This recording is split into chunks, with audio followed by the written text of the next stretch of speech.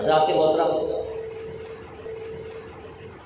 آج کی اس جمعۃ المبارک پر معاشرہ میں بڑھتی ہوئی نفرت اور اس کا حل سیرت رسول صلی اللہ علیہ وسلم کی روشنی میں اس عنوان پر بیان کیا جائے گا۔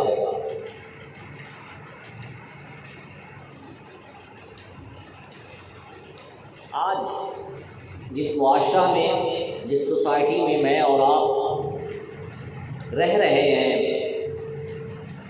اگر اس کا ایک نظر سے جائزہ لیا جائے تو یوں محسوس ہوتا ہے کہ مادیت کے دور میں لپٹے ہوئے یہ انسان نہیں ہیں، جانور ہیں۔ جب یہ دیکھا جاتا ہے کہ بھائی کا دشمن ہے،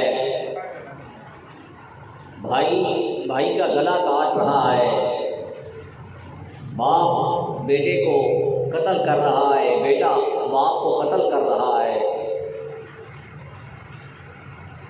چند مرلوں کے پیچھے یا جائیداد کے پیچھے خونی رشتہ دار ایک دوسرے کے دشمن ہیں، یہ تو ہمارا ایک سوسائٹی اور معاشرہ ہے۔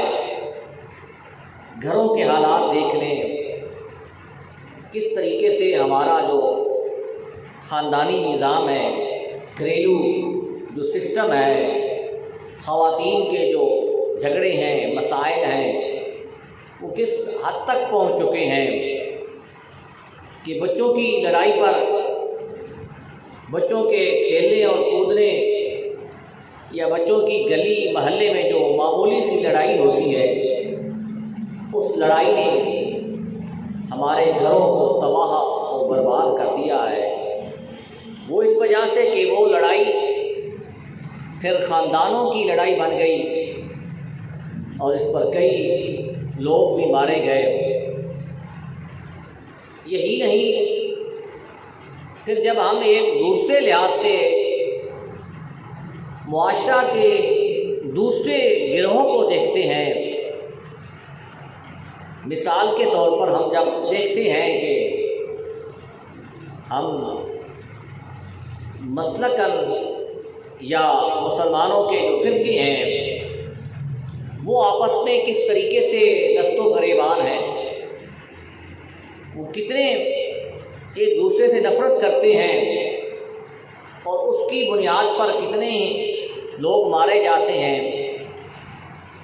اسی طریقہ سے غیر مسلم ہماری سوسائٹی میں جو ہمارے ملک کے شہری ہیں وہ رہتے ہیں، ہمارا ان کے ساتھ برتاؤ کس طریقے سے ہے۔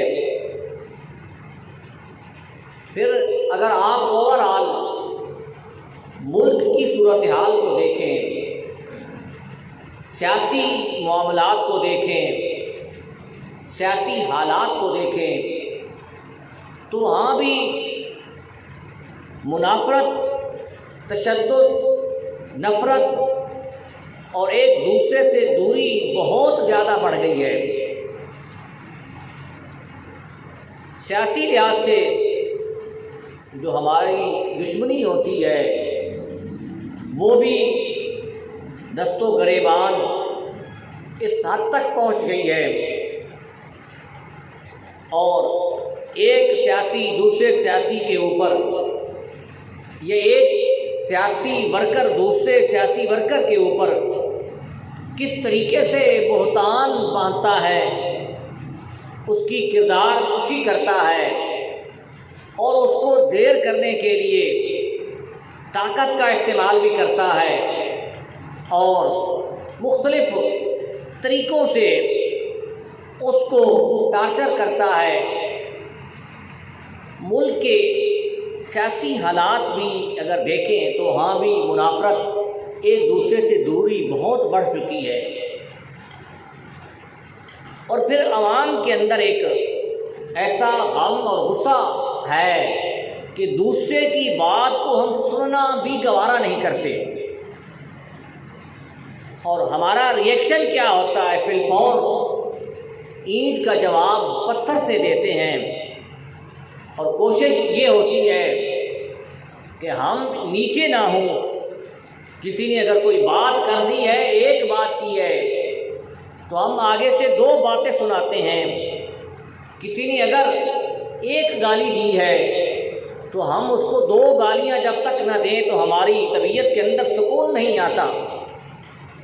یہ سب کا سب ہمارا جو معاشرے کا نظام ہے، سوسائٹی ہے، وہ ایک غلط راہ کی طرف چل رہی ہے۔ ہمارے اندر پیار، محبت، ایک دوسرے کے لیے جو ہے گنجائش، ایک دوسرے کی بات کو سننا، ایک دوسرے کی بات کو برداشت کرنا، ایک دوسرے کے ساتھ بیٹھنا، وہ ہمارے اندر اٹھتا جا رہا ہے۔ یہی وجہ ہے کہ معمولی سی بات کے اوپر ہم کتنا طیش میں آ کر لوگوں کو جو ہے تکلیف پہنچاتے ہیں، اور پھر بعد میں پچھتاوا ہوتا ہے، اور اس پر ہم جو ہے بعد میں شرمندہ بھی ہوتے ہیں۔ حضرات محترم، یہ جو ہمارے معاشرہ کے اندر، ہماری سوسائٹی اور ہمارے عادات اور اطوار میں یہ چیزیں جو پیدا ہو گئی ہیں، حتیٰ کہ مسجد کے اندر بھی اگر ہم بیٹھے ہیں تو کسی نے کوئی بات کر دی ہے تو وہیں پر اس کا جواب دے کر جانا ہے۔ مسجد کے آداب کو بھول جاتے ہیں۔ پھر آپ نوجوان نسل کو دیکھیں کہ ان کے اندر والدین کا جذبہ، والدین کا احترام اور ادب بھی اٹھتا جا رہا ہے۔ والدین کی وہ بات کو سننا بھی گوارا نہیں کرتے۔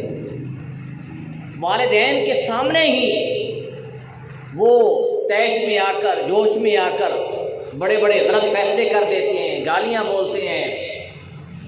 یہ معاشرہ ہمارا جو ہے اس وقت منافرت سے اور تشدد سے، ایک دوسرے سے ہماری جو نفرت ہے وہ بہت بڑھ گئی ہے۔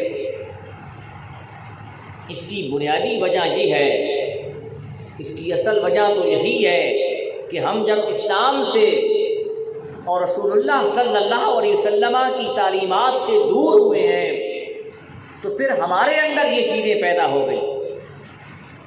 ہم نے وہ رسول پاک صلی اللہ علیہ وسلم کا طرز عمل، آپ کی زندگی کو نہیں دیکھا، نہیں پڑھا، آپ کی سیرت کے اوپر، آپ کی صورت کے اوپر عمل نہیں کیا۔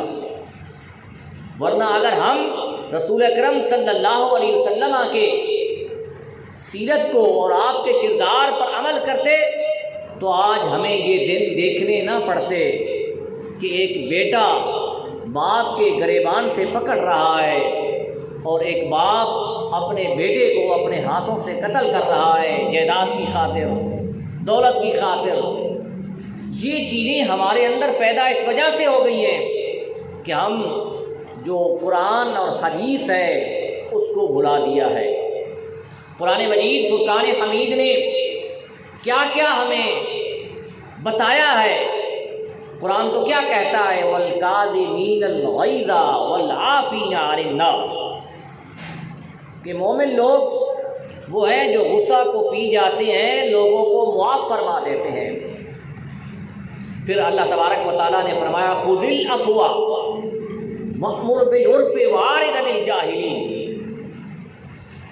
کہ معاف کیجیے اور جو جاہل لوگ ہیں ان سے اعراض کیجیے۔ دوسرے مقام پر قرآن مجید فرقان حمید نے 19ویں پارہ میں مومنین کی صفات بیان کی کہ مومن کون ہے۔ کہ جب مومن عام لوگوں کے سامنے گزرتے ہیں تو وہ مذاق کرتے ہیں، تمسخر کرتے ہیں، تو مومن کا آگے سے جواب کیا ہوتا ہے؟ قالوا سلاما، کہ ان کو سلام کہہ کر گزر جائیے اور ان سے اعراض کیجیے، ان سے دور رہیے۔ یہ ہمارے اندر چیزیں بہت پیدا نہیں ہو رہی اس وجہ سے کہ رسول پاک صلی اللہ علیہ وسلم نے جو ہمیں تعلیمات دی تھی وہ ہمارے میں سے ہم میں سے نہیں ہے۔ رسول اکرم صلی اللہ علیہ وسلم نے کیا فرمایا؟ خیر الناس من ينفع الناس، تم میں سے بہتر شخص وہ ہے جو لوگوں کو نفع دیتا ہے، لوگوں کو خیر پہنچاتا ہے، یہ بہتر شخص ہے۔ اور پھر آج ہم یہ بھی رکھتے ہیں کہ کوئی ہمارے ساتھ اچھائی کرے گا تو ہم اچھائی کریں گے، اور اگر کسی نے ہمارے ساتھ برائی کی ہے تو ہم اس کی برائی کا جواب برے طریقے سے دیتے ہیں، جبکہ رسول پاک صلی اللہ علیہ وسلم نے کیا ارشاد فرمایا؟ آپ نے فرمایا کہ تم میں سے کوئی شخص اس بات کا انتظار نہ کرے کہ فلاں شخص میرے ساتھ اچھائی کرے گا تو میں بھی اس کے ساتھ اچھائی کروں گا، اس کا انتظار نہیں کرنا۔ آپ نے فرمایا کہ جو تمہارے ساتھ اچھائی کرے گا، تمہارے ساتھ بہتری کرے گا، تو تم نے تو اس کے ساتھ بھلائی کرنی ہی کرنی ہے، بہتری کرنی ہی کرنی ہے، اچھائی کرنی ہی کرنی ہے۔ اصل مزہ تو تب ہے، رسول پاک صلی اللہ علیہ وسلم نے فرمایا کہ کوئی شخص تمہارے ساتھ برا سلوک رکھے اور تم اس کے ساتھ اچھائی کرو، اس سے تمہارا کردار پتہ چلتا ہے کہ کوئی شخص تمہارے ساتھ برا کرتا ہے، برا سوچتا ہے تمہارے بارے میں، تم اس کے ساتھ اچھائی کرو اور اچھا گمان رکھو۔ یہ رسول پاک صلی اللہ علیہ وسلم نے معاشرہ میں اس وجہ سے بھی یہ منافرت اور تشدد اور یہ ایک دوسرے سے نفرت پیدا ہو گئی ہے کہ ہمارا ایک ذہن بنا ہوا ہے کہ کوئی ہمارے ساتھ اچھا ہے تو ہم اس کے ساتھ اچھا ہوں گے، ہمارے ساتھ کوئی برا ہے تو ہم اس کے ساتھ برے ہوں گے، ہمیں کوئی تکلیف پہنچائے گا تو ہم اس کو تکلیف پہنچائیں گے۔ لیکن ادھر سے نبی کریم صلی اللہ علیہ وسلم نے ایک اور حدیث میں آپ نے کیا فرمایا؟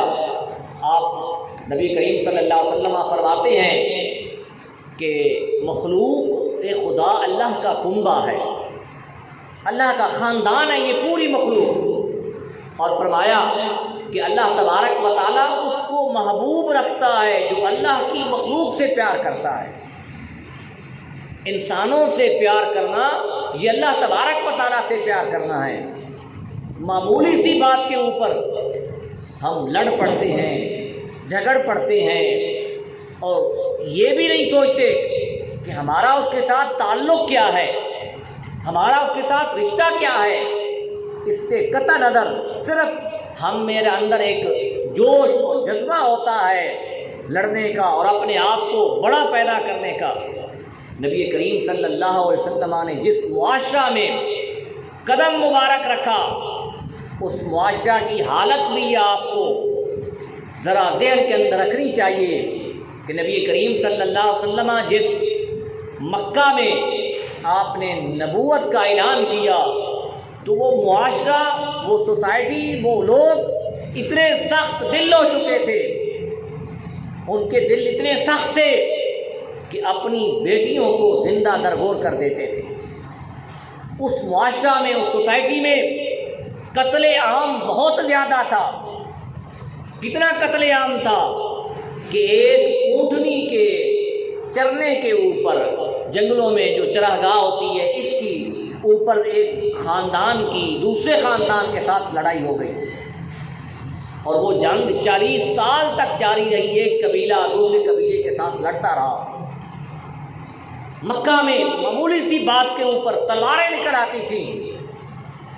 تلواریں وہاں اس وقت جو اپنے آپ کو بڑے سمجھتے تھے وہ ہر وقت تلوار اپنے پاس رکھتے تھے۔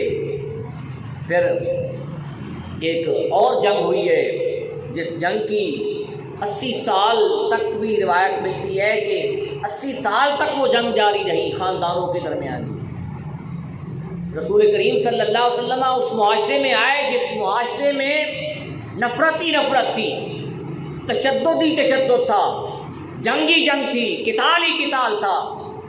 مدینہ طیبہ کی اگر بات کریں تو مدینہ طیبہ میں اوس اور خزرج کے جو قبائل تھے یہ آپس میں کئی 100 سالوں سے لڑ رہے تھے، نبی کریم صلی اللہ علیہ وسلم نے آ کر ان کو پیار کا سبق دیا، امن کا سبق دیا۔ رسول کریم صلی اللہ علیہ وسلم کی ذات کو کفار مکہ نے کیا کیا تکلیفیں نہیں پہنچائی۔ طائف کا وہ واقعہ بھی آپ ذہن کے اندر رکھیں کہ طائف میں گئے تبلیغ کے لیے، اللہ کا پیغام پہنچانے کے لیے، اور دشمنوں نے آپ کے اوپر پتھر پھینکے، آپ کے پیچھے اوباش اوارے لڑکے لگا دیے، اور آپ کا جو پاؤں مبارک تھے وہ سوج گئے، زخمی ہو گئے۔ جبریل آ گئے، جبریل نے عرض کی کہ یا رسول اللہ اجازت دیجیے میں اس طائف کی بستی کو تباہ و برباد کر دوں۔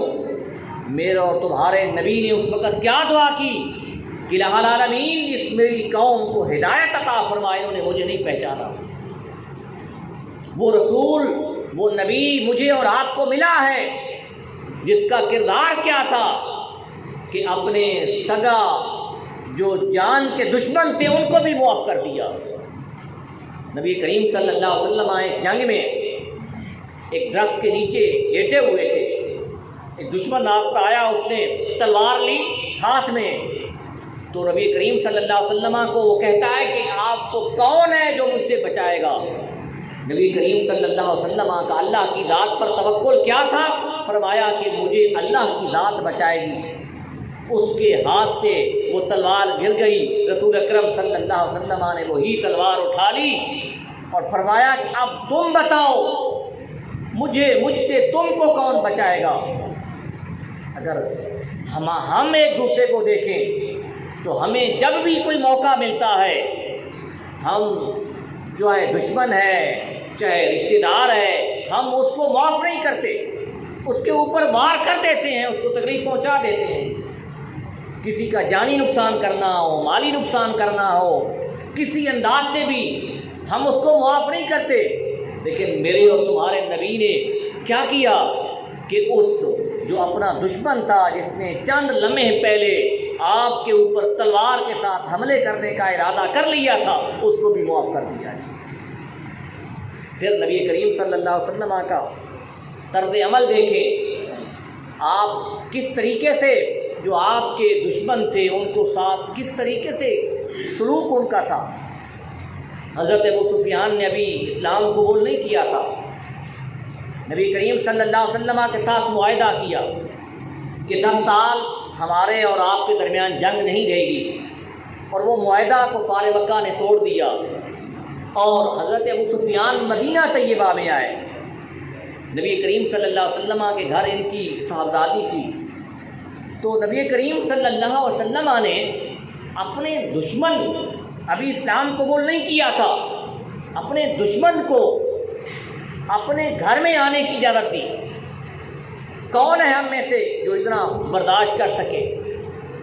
پھر نبی کریم صلی اللہ علیہ وسلم نے فتح مکہ کے موقع پر جو فرمایا لا تثریب علیکم الجوم، کہ آج کے دن کوئی مواخذہ نہیں، کوئی پکڑ نہیں ہے، اس دن حضرت ابو سفیان کو کیا ایوارڈ دیا، کیا عزت دی؟ فرمایا کہ جو اپنے گھر کا دروازہ بند کر دے گا اس کو بھی معافی ہے، جو کہیں کسی جگہ پر چھپ جائے گا اس کو بھی معافی ہے۔ فرمایا کہ جو حضرت ابو سفیان کے گھر میں داخل ہو جائے گا اس کو منع ہے، اس کو کچھ نہیں کہا جائے گا۔ یہ رسول کریم صلی اللہ علیہ وسلم کا اپنے جو تھے دشمن ان کے ساتھ یہ رویہ تھا۔ پھر ہمارے اندر ایک اور بیماری پائی جاتی ہے معاشرہ میں کہ ہم یہ نہیں دیکھتے کہ ہم سچ پر ہیں یا ہم باطل جھوٹ کے ساتھ کھڑے ہیں۔ ہم اپنی ضد اور اپنی جو انا ہے اس کو پورا کرتے ہیں، چاہے سچے ہیں چاہے جھوٹے، اس کو نہیں دیکھتے۔ حالانکہ صحابہ کرام کا اور رسول پاک صلی اللہ علیہ وسلم کا طرز عمل کیا تھا۔ حضرت عمر کے دور میں ایک عورت کی مسجد کے ساتھ جگہ تھی، صحابہ کرام نے اس عورت کی رضا کے بغیر اس جگہ کو مسجد میں شامل کر دیا اور مسجد کی تعمیر شروع کر دی، اور اس عورت نے مسجد کے لیے وہ جگہ نہیں دی۔ اس نے کہا کہ نہ میں نے معاوضہ لینا ہے نہ میں نے جگہ دینی ہے، مجھے اپنی جگہ چاہیے۔ وہ حضرت عمر فاروق رضی اللہ تعالیٰ عنہ کے دربار میں پہنچی، عرض کی کہ یہ جگہ میری ہے اور آپ کے ساتھیوں نے اس میری جگہ کے اوپر قبضہ کر لیا ہے اور مسجد میں جگہ شامل کر رہے ہیں۔ اس پر حضرت عمر رضی اللہ تعالیٰ عنہ نے فیصلہ کیا کیا؟ فیصلہ یہ ہے کہ مسئلہ یہ ہے کہ کوئی شخص اگر مسجد کے لیے جگہ وقف کرتا ہے تو وہ وقف کی جائے گی۔ زبردستی آپ کسی جگہ پر مسجد نہیں بنا سکتے، کسی کی زمین کے اوپر زبردستی قبضہ نہیں کر سکتے۔ حضرت عمر رضی اللہ تعالیٰ عنہ نے فی الفور یہ حکم دیا۔ کیا حکم دیا؟ حضرت عمر نے کہا کہ مسجد کا وہ حصہ جو تعمیر ہو چکا ہے اس کو گرا دو اور یہ جگہ اس عورت کے حوالے کر دو۔ وجہ یہ تھی کہ حق اور باطل کو، سچ اور جھوٹ کو وہ صحابہ کرام دیکھتے تھے۔ ہم کیا ہے کہ ہم سچ اور جھوٹ کو نہیں دیکھتے کہ میں سچا ہوں یا میں جھوٹا ہوں۔ اور دیکھ لیں ہمارے جو دیہات ہیں وہاں جو زمینوں کے، بلکہ شہروں میں بھی پچھلے دنوں آپ کے ادھر چکوال میں بھی یہ 2-3 آدمی قتل ہوئے ہیں۔ اس کے پیچھے اگر آپ معاملات کو دیکھیں تو وہ اسی وجہ سے ہوئے ہیں کہ زمین کا جھگڑا تھا جی۔ یہ نہیں دیکھا کہ یہ زمین کس کی ہے، سچا کون ہے، جھوٹا کون ہے، حق پر کون ہے، باطل کون ہے جی۔ ضد آ گئی، انا آ گیا، میں آ گئی کہ میں نے اب یہ کر کے دکھانا ہے، اور پھر اس کا نتیجہ کیا نکلتا ہے کہ خاندان کے خاندان ہمارے تباہ ہو رہے ہیں۔ حضرات محترم، ہمارے اندر جو رواداری ہے، ایک دوسرے کے لیے پیار، ایک دوسرے کے لیے محبت، وہ ختم ہو گئی ہے۔ ملک کا حال دیکھ لیں پچھلے دنوں جی کہ ہمارے ملک میں کیا ہو رہا ہے۔ ہم جو ہے اپنی ایک پارٹی کی خاطر ہم لوگوں کے جان اور مال کو نقصان پہنچا رہے ہیں۔ میرا کوئی کسی پارٹی کے ساتھ ہمدردی نہیں ہے، لیکن صرف یہ ہے کہ دیکھیں تو صحیح کہ غریب نے ریڑھی لگائی ہوئی ہے، اس شام کے وقت وہ 500 روپے یا 1000 روپے کے فروٹ بیچ کر وہ اپنے بچوں کو کھانا کھلاتا ہے۔ ہم نے جا کر اس ریڑھی کو بھی جلا دیا جی۔ کسی غریب کا ایک موٹر سائیکل ہے جی، اس کے پاس یہی جمع پونجی ہے، اس کو بھی جلا دیا ہے جی۔ یہ معاشرہ ہمارا، ہماری سوسائٹی کس طرف چلی گئی ہے؟ رسول کریم صلی اللہ علیہ وسلم کا ہمارے سامنے طرز عمل کیا تھا؟ سیرت طیبہ کیا کہتی ہے؟ نبی کریم صلی اللہ علیہ وسلم کو تو جس نے گالیاں دی آپ نے اس کو دعائیں دی، جس نے آپ کے اوپر پتھر پھینکے اس کے لیے بھی دعا کر دی، جس نے آپ کے اوپر اوجڑی پھینکی آپ نے ان کو بھی کچھ نہیں کہا، ان کو معاف کر دیا جی۔ حضرات محترم، نبی کریم صلی اللہ علیہ وسلم نے کیا فرمایا؟ سباب المسلم فسوق وقتالہ کفر، کہ مسلمان کو گالی دینا فسق ہے، فاسق ہے جی۔ آج ہم ہر بات پر گالی دیتے ہیں جی اور فتویٰ اپنی طرف سے لگا دیتے ہیں جی۔ یہ لانتی ہونے کا جی، جھوٹے ہونے کا جی، اس طریقے سے یہ الفاظ ہماری زبان کے اوپر بذات عام ہیں، ہم بول دیتے ہیں۔ نبی کریم صلی اللہ علیہ وسلم نے فرمایا کہ جو بھی مسلمان کو گالی دیتا ہے وہ فاسق ہے، اور جو مسلمان کو قتل کر دیتا ہے وہ کفر ہے۔ حضرات محترم، بحیثیت مسلمان ہمارا یہ حق بنتا ہے کہ ہم تحمل کے ساتھ چیزوں کو سوچیں۔ لڑائی بھی ہوتی ہے، جھگڑے بھی ہوتے ہیں، ایک دوسرے کے ساتھ اونچ نیچ بھی ہو جاتی ہے، لیکن کچھ ہمیں سوچنا چاہیے کہ ہمارا طرز عمل کیسا ہونا چاہیے۔ ایک اگر آدمی گندا ہے تو ہمیں اس کے ساتھ گندا نہیں ہونا چاہیے۔ ایک آدمی گالی دے رہا ہے تو ہمیں گالی کا جواب گالی سے نہیں دینا چاہیے، اور پھر یہ بھی دیکھنا چاہیے کہ حق اور سچ کیا ہے۔ حق کی خاطر اگر جو ہے لڑے تو پھر تو کچھ ہو سکتا ہے کہ مثال کے طور پر کسی شخص کی اپنی ذاتی زمین ہے، اس کی خاطر وہ اگر لڑ رہا ہے یہ تو حق ہے، اس کی پھر بھی کہا جا سکتا ہے کہ اس نے کچھ اچھا کیا ہے، لیکن جس کا حق بھی نہیں بنتا وہ بھی اس کے اوپر لڑنے مرنے پر آ جاتا ہے۔ حضرات محترم، معاشرہ میں جو ہماری مذہبی ہم آہنگی ہے، مذہبی رواداری ہے، وہ بھی ختم ہو رہی ہے۔ سیاسی رواداری، ہمارے جو سیاسی معاملات ہیں وہ ہمارے ہاتھوں پہ نکل گئے ہیں، وہ بھی نہیں ہو رہی، اور معاشرتی رواداری بھی نہیں ہے جی۔ ہم ایک دوسرے کے ساتھ، محلے داروں کے ساتھ، دوستوں کے ساتھ کس طریقے سے پیش آتے ہیں۔ پھر ہماری جو خانگی گھروں میں خواتین کی پرانے زمانوں میں جو ایک دوسرے کے ساتھ محبت کے ہم واقعات کیسے سنتے ہیں وہ آج ہمارے اندر نہیں ہے۔ ایک تو یہ کہ ہمارے اس سوشل میڈیا نے، موبائل نے اور نیٹ نے بھی ہمارے اندر یہ طریقہ پیدا کر دیا ہے کہ ہم نے کس طریقے سے آگے سے بہیو کرنا ہے۔ دعا فرمائیں کہ اللہ تبارک و تعالی ہمیں کلمات حق پر عمل کرنے کی توفیق عطا فرمائے۔ وما علینا الا البلاغ المبین۔